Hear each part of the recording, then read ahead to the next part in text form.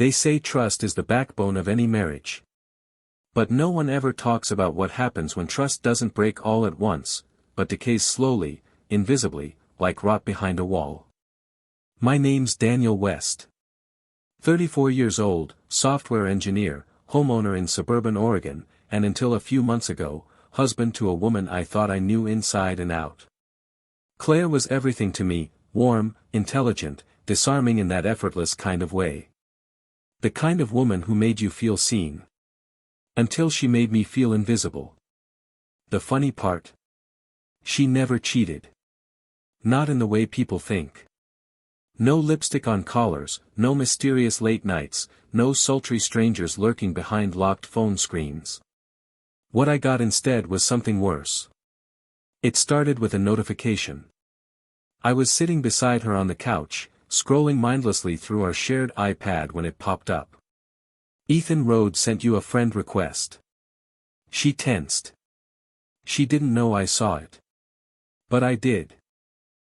And when she declined it immediately, without a word, I felt something twist in my gut. That was the first time. For more followed. She always rejected him. And I always knew she was going to betray me. Because rejection isn't always denial. Sometimes, it's a rehearsal. A delay. A dance around a decision you've already made in your heart. This story isn't about a woman who strayed. It's about a man who saw it coming. Who watched the water rise and still hoped the dam would hold. I wanted to believe in her. I did. But when someone holds a match long enough over your world, the fire isn't a surprise, it's the silence before it that haunts you. Claire Morgan walked into my life like a summer thunderstorm, unexpected, loud, and impossible to ignore. We met 8 years ago at a 4th of July barbecue my college roommate dragged me to. I remember her standing barefoot on the grass, wearing a white sundress and laughing like nothing in the world had ever gone wrong for her. I was drawn in immediately. She had this way of making the world feel softer when she was around, like she could smooth out your edges without even trying. She was 26, working at a non-profit that helped survivors of domestic violence. Compassionate to her core, and strong. Maybe that's why I fell so hard. I saw her as this unshakable force for good, someone too honest to ever lie, too loyal to ever stray. We dated for a year before I proposed. Everyone said we were perfect. I believed them. I still remember our wedding vows, how she looked me in the eyes and said, "No matter what tries to pull us apart, I will always choose us." Back then, I didn't know she was still friends with her ex-boyfriend Ethan Rhodes. She never mentioned him. I found out 2 years into our marriage when we ran into him at a mutual friend's housewarming. Tall, charming, annoyingly charismatic. Claire got visibly nervous when she saw him, tried to brush it off, but I caught the tightness in her smile. Later that night, she said they'd dated in college and hadn't spoken since. I let it go. Big mistake. Ethan was the kind of guy who left a mark. You could tell just by the way people reacted to him. Too confident, too polished, like he'd never really lost anything that mattered. And Claire? She was never good at hiding her emotions. Not from me, anyway. Then came the friend requests. Spread out over 6 months. I watched her decline them, each time faster than the last, like she was trying to prove something. But she never blocked him. Never told me about them. Never asked me how I felt. That's when I started noticing the other cracks. She changed her perfume. Started working later. Became more guarded. Small things, but they added up. I'd wake up some nights and find her staring at her phone, the light from the screen casting shadows on her face.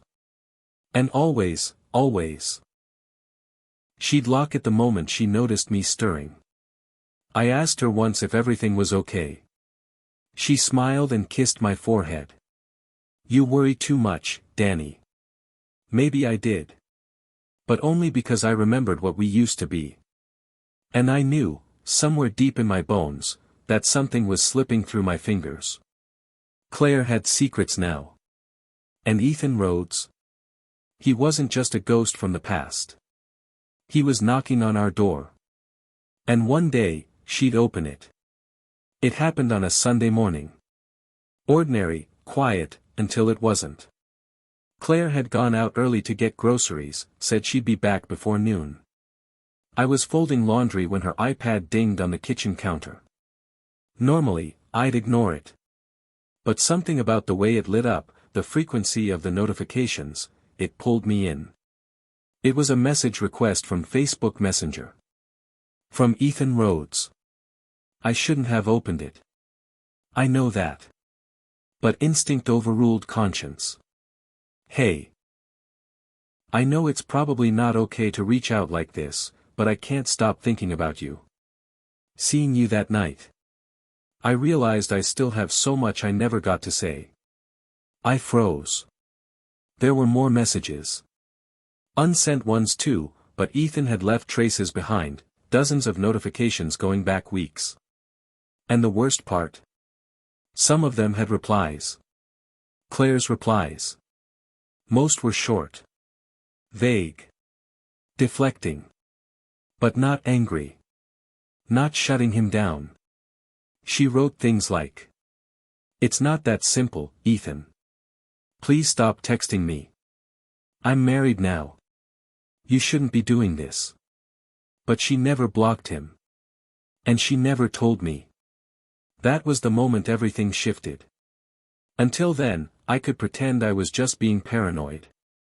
That maybe I was projecting insecurities. That the friend requests were meaningless. But now I had proof, conversations hidden behind layers of silence. When Claire walked in with a bag of groceries and a breezy, "Hey, babe," I didn't say a word. I couldn't. Not yet. I just watched her. Noticed how easily she smiled. How casually she set things down, like our life wasn't already unraveling under her feet. I didn't confront her that day. I needed to see how far she'd go. What I didn't realize then was that by waiting, by choosing silence over confrontation, I was handing her time. Time to decide between the past and me. And deep down, I feared she'd already made her choice. From that day on, I saw everything differently. Every glance Claire gave her phone. Every laugh that came too quickly. Every moment she turned her screen just slightly away from me. They weren't random anymore. They were patterns. Signs. Signals I'd ignored for too long. I started paying closer attention. Not obsessively, not yet, but enough to confirm what my gut was already screaming. A week after I found the messages, she started dressing differently. Tighter jeans. Heels instead of flats. Lipstick she hadn't worn in years. Coral, the shade she used to say was too much for every day. When I asked where she was going, she'd say, just out for coffee with Megan, or running errands. And I wanted to believe her. But something was off. So, I did what I never thought I'd do in my marriage, I followed her. It was a Thursday afternoon. She said she was meeting a friend for a late lunch near downtown. I waited 15 minutes, then drove after her. My hands were sweating against the steering wheel, heart pounding in my chest like I was the one doing something wrong. I parked across the street from the cafe she mentioned. She wasn't there. I waited. 30 minutes passed. Then an hour. That's when I saw her. Not at the cafe. But 3 blocks down, near a boutique hotel tucked between an art gallery and a wine bar. She was standing outside, wearing that coral lipstick, phone in hand. Smiling. Ethan stepped out. I recognized him immediately, the too perfect hair, the cocky posture. He said something, she laughed. Not just politely, she laughed the way she used to with me. Full, relaxed, like she was 17 again and life hadn't happened yet. They didn't kiss. Didn't touch. But they didn't need to. I saw everything I needed in her eyes. When she turned to walk back toward her car, Ethan stayed. He stood there, watching her drive away. That told me everything. This wasn't over. It was a beginning. I went home before she did, sat in the dark like some character in a bad detective novel. When she came in an hour later, she kissed my cheek, dropped her purse, and started cooking like nothing happened. "How was Megan?" I asked, trying to keep my voice even. She froze for just a second. "Oh, she's good. Her kid's teething again. Poor thing's exhausted." I nodded, memorizing the lie. I didn't confront her. Not yet. I needed her to feel safe. To let her guard down. I needed to see how far she'd go. Over the next few days, things got worse. Claire started locking her phone. She spent more time in the shower. I'd wake up at 2 a.m. to find her side of the bed empty, the soft glow of her screen flickering from the hallway. I started pulling away, quietly. I stopped making her morning coffee. Stopped texting her midday. She didn't notice. Or if she did, she didn't care enough to ask. One night, I watched her sleep and tried to remember when I stopped being enough. It was a strange grief, mourning someone who was still lying beside me. But I couldn't leave. Not yet. Because now, I wasn't just a husband. I was an observer. A collector of facts. A man trying to protect his dignity before it was completely ripped from him. She was slipping away from me, one unread message at a time. And I was done pretending not to see it. It was an accident. I hadn't meant to see it, wasn't even looking for it. But fate, as always, has a twisted sense of humor. Claire had left her laptop open on the kitchen counter. Said she was going to take a nap upstairs. I walked past it without meaning to look, but a message notification blinked in the corner of the screen. iMessage. From Ethan. Can't stop thinking about last night. I've missed you, Claire. My breath caught in my throat. I clicked. There were dozens of messages, recent ones. Sent late at night, just like I'd suspected. References to shared memories, vague allusions to meetups. And then, the one that gutted me. You don't have to choose him. You never did. And her reply, sitting just beneath it, time-stamped from 2 days ago. Please, not like this. I need time. Time. Not stop. Not never. Just time. That's when it hit me. She hadn't crossed the line, yet. But emotionally, she was already gone. I wasn't losing her to an affair, I'd already lost her to an idea. To the fantasy of something undone and unresolved. To a man who lived only in her memories and late-night regrets. This wasn't just betrayal. It was abandonment by inches. And the worst part? She still looked me in the eye every morning and called me, babe. She still kissed me goodnight with those same lips. But now, I knew the truth. She was giving herself time, not to choose, but to soften the blow. To prepare for the exit. And I was done waiting for the axe to fall. After reading those messages, something inside me stopped pleading. I didn't scream. Didn't cry. I just shut the laptop, wiped my fingerprints off the screen, and walked to the bathroom to wash my hands. I remember staring at the faucet, letting the water run over my palms, wondering how something so cold could sting so much. The hardest part wasn't that she was going to leave me. It was realizing she didn't even respect me enough to admit it. From that point on, I became a ghost in my own home. I watched her move through the house with ease, humming while she made coffee, throwing a casual, "love you," over her shoulder like a reflex. And I said it back. Because I wanted her to think she still had the upper hand. Claire didn't know I'd seen the messages. She didn't know I'd already printed them, saved screenshots to a flash drive, even backed up her iCloud account while she was in the shower. I became methodical, quiet, controlled, almost surgical in my detachment. The more she drifted toward Ethan, the more I studied her. I learned her tells. She'd tug at her necklace when she was texting him. Switch her phone to silent when he messaged late. Keep her purse closer to her body when she left the room. I watched it all. And still, I didn't confront her. Instead, I started laying my own groundwork. I met with a lawyer. Quietly. Asked about joint assets, property division, digital evidence. Learned the word, constructive desertion. Learned what proof would matter and what wouldn't. You're not crazy, the lawyer said after I showed him the screenshots. But if she hasn't physically cheated, this could still get messy. I nodded. Then I'll wait until she does. It felt strange, waiting for your marriage to shatter just so you could prove you weren't paranoid. But I was past hoping for a fix. I just wanted the truth to bleed out fully, on its own. Claire was changing in other ways too. She was lighter around the house, more attentive, oddly enough.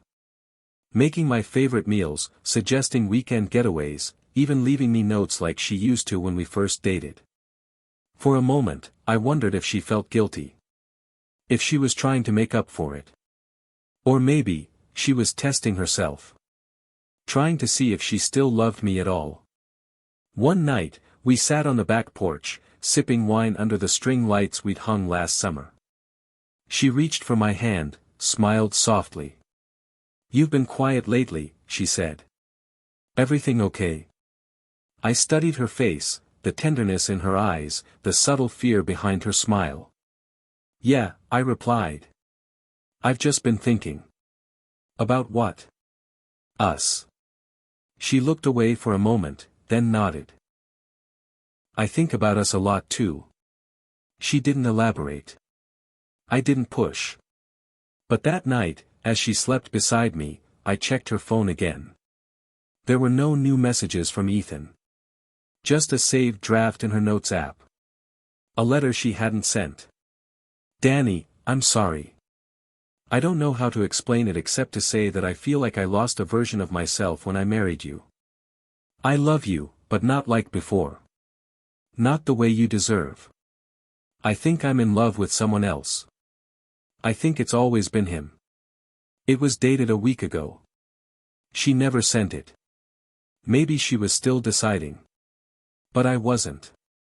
In the following days, I withdrew more. Smiled less. I knew she could sense it, my stillness. She started asking if something was wrong, growing more affectionate in ways that felt almost desperate. Her kisses lingered. Her hugs were tighter. Like she was mourning us before I could. I caught her crying in the laundry room one afternoon. She wiped her face quickly when she saw me. "Just allergies," she said with a half-laugh. I didn't respond. I just handed her the detergent she was looking for and walked away. Because the worst betrayals don't come with screaming matches or flying dishes. They come with silence. With two people sitting across from each other at dinner, pretending not to notice the ocean growing between them. Claire and I had become experts at pretending. She kept messaging Ethan. Not every day, but enough. Enough for me to know that emotional lines were long crossed.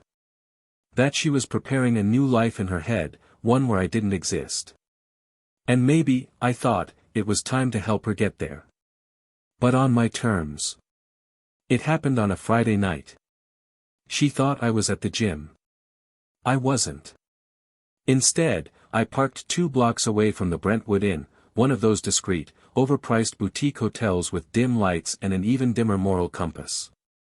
I sat in my car, engine off, headlights dimmed, and waited. It didn't take long. At exactly 7:14 p.m., Claire's car pulled into the lot. She stepped out in a navy dress I hadn't seen before. Hair curled. Heels on. No overnight bag, just her phone clutched in her hand like it was the only truth she trusted anymore. 4 minutes later, Ethan pulled in. They didn't kiss. Not yet. But they hugged like it had been years since they touched. His hand lingered on the small of her back. Her head tilted, resting just briefly against his chest. That was enough. I didn't need to see anything else. I took the photos, 5, maybe 6 of them, and drove home. I printed them in color. Slid them into a plain manila envelope. I didn't write a word. Just left it on the kitchen table beneath the dim glow of the hanging light, next to the glass of wine she hadn't finished from the night before. When she walked in later, she looked surprised to see me. "Hey," she said cautiously. "I thought you had your late session tonight." "I did," I said. "But I cut it short." She nodded, then paused when she saw the envelope. "What's this?" I didn't answer. She opened it slowly, like she already knew what was inside. The silence that followed was thick, bloated with every unspoken thing we'd shoved under the rug for the last year. Her hands trembled. "I can explain," she whispered. "No," I said. "You really can't." She sank into the chair across from me, fingers tightening around the envelope. "Nothing happened tonight." "You're right," I replied. "But something has been happening for a long time, Claire. And you know it." She didn't speak. "So I did." "You've been in love with him since before we even got married, haven't you?" She closed her eyes. "I don't know if it's love," she finally said, voice cracking. I never got closure with him. When I saw him again at that party, it all came flooding back. The good, the bad, all of it. I didn't mean for this to happen. But it did, I said quietly. Because you let it." She looked up at me, tears running down her cheeks. "I never wanted to hurt you." "But you did," I replied. "And what hurts more than anything is that you didn't even have the courage to end it clean. You just let me rot in this marriage while you tiptoed around your guilt." Claire stood, pacing now, arms crossed like she was cold. I was confused. I still am. Ethan, he represents something I lost. A part of myself. And you're safe. You're good. But sometimes, good doesn't feel like enough. That was the moment something in me snapped. I stood too, voice low but sharp. "I've been more than good to you, Claire. I gave you everything. My time, my trust, my loyalty. And you chose a man who walked out on you 10 years ago over the one who's been here every damn day." She broke then, full sobs ripping through her chest. "I'm sorry." I looked at her, really looked. The woman I married was gone. This one in front of me. I didn't recognize her anymore. "I'm not staying," I said flatly. "I've already spoken to a lawyer. I'll have the papers drawn up next week. You can have the house. I just want peace." Claire sank back into the chair, defeated. "Is this really it?" I nodded. "I stayed quiet because I wanted you to be honest. I wanted to see if you'd do the right thing. But all you did was lie better." She covered her face with her hands, as if shielding herself from the wreckage she caused. And I walked out. Not because I stopped loving her. But because I finally loved myself enough to let her go. The house felt colder once I left. Even though it was Claire who stayed behind, it was like I'd taken the warmth with me. Maybe that's the thing about betrayal, it leaves behind a silence so loud, it echoes through every hallway. I moved into a short-term rental the next day. 1 bedroom, no real furniture, just the basics. A mattress on the floor, a coffee maker, and my laptop. It wasn't much, but for the first time in months, I could breathe. Claire texted a few times. The first message came the night I left. "I don't blame you. I just hope one day you'll understand." I didn't respond. There wasn't anything left to say. The divorce process was surprisingly smooth. I didn't fight her for the house, or the car, or the savings. I didn't want to hold on to anything that came with her fingerprints. My lawyer kept asking, "Are you sure?" Like maybe I was letting her win. But I wasn't. Letting go wasn't surrender, it was survival. The day the papers were finalized, I took a long drive up the coast. Just me and the sound of the ocean crashing against the cliffs. It was quiet. Honest. Unlike everything that had come before it. That night, I allowed myself to cry. Not out of pain, though there was plenty of that, but out of relief. Because finally, it was over. The lies, the watching, the waiting. The slow death of something I once believed would last forever. Claire eventually stopped reaching out. From what I heard through mutual friends, she and Ethan didn't last long. Surprise, surprise. People like him rarely stick around once the thrill fades. And maybe that's what hurts her now, not that I left, but that he did too. As for me, I'm not healed. Not completely. There are still nights when I wake up and expect to hear her breathing beside me. Mornings when I reach for a coffee mug I bought for her. Grief doesn't vanish. It lingers. But it softens. I've started dating again, slowly. Cautiously. I don't look for perfection anymore. Just honesty. Someone who doesn't flinch when I ask where they've been. Someone who doesn't hide their phone like it holds a secret world. Most of all, I've started trusting myself again. My instincts. My worth. I used to think the worst thing that could happen in a marriage was cheating. I was wrong. The worst thing is when the person you love stops choosing you, but keeps pretending they are.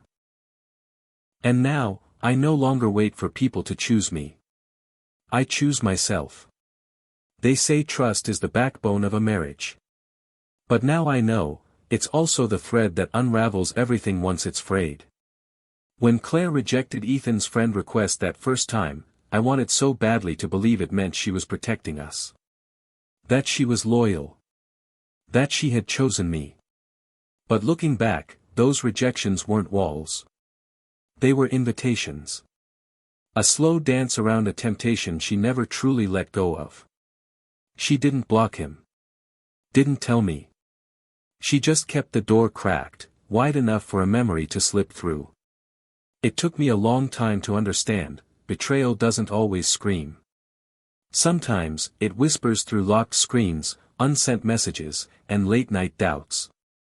It curls into the corners of your marriage until it no longer resembles love, just habit, guilt, and inertia. I didn't lose Claire to Ethan. I lost her the moment she stopped being honest with me, and with herself. What I've learned since then is that love without truth is a ticking bomb. And no matter how much you cover your ears, the explosion always comes. So if you're reading this, if you're someone who's felt that gut twist, that quiet panic in your chest when something just doesn't feel right, don't ignore it. You're not paranoid. You're paying attention.